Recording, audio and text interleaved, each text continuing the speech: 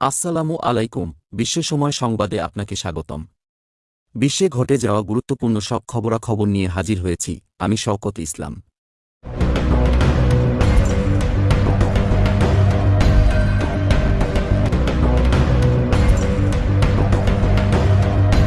ফিলিস্তিনের গাজা উপত্যকার নুসেইরাত শরণার্থী শিবিরে গণহত্যা চালিয়ে 4 জন পণবন্দীকে উদ্ধার করেছে ইসরায়েল।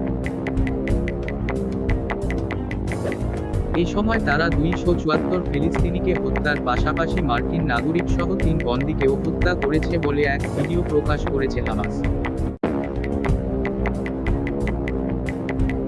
গণমাধ্যমের প্রতিবেদনে বলা হয়, হামাস আন্দোলনের সামরিক শাখা আল কাসাম ব্রিগেড রবিবার তাদের টেলিগ্রাম চ্যানেলে পোস্ট করা একটি ভিডিওতে বলেছে, ইসরায়েলি বাহিনী একটি সামরিক অভিযানে 274 ফিলিস্তিনিকে হত্যা করার সময় এক মার্কিন নাগরিকসহ 3 বন্দীকেও হত্যা করেছে।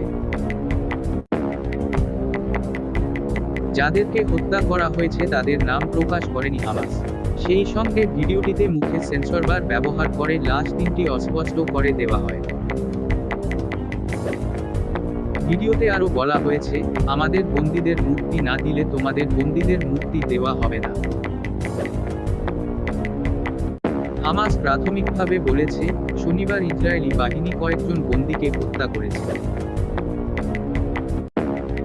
তবে ইসরায়েলি সামরিক মুখপাত্র এই এডিকে ডাহা মিথ্যা বলে উড়িয়ে দিয়েছে।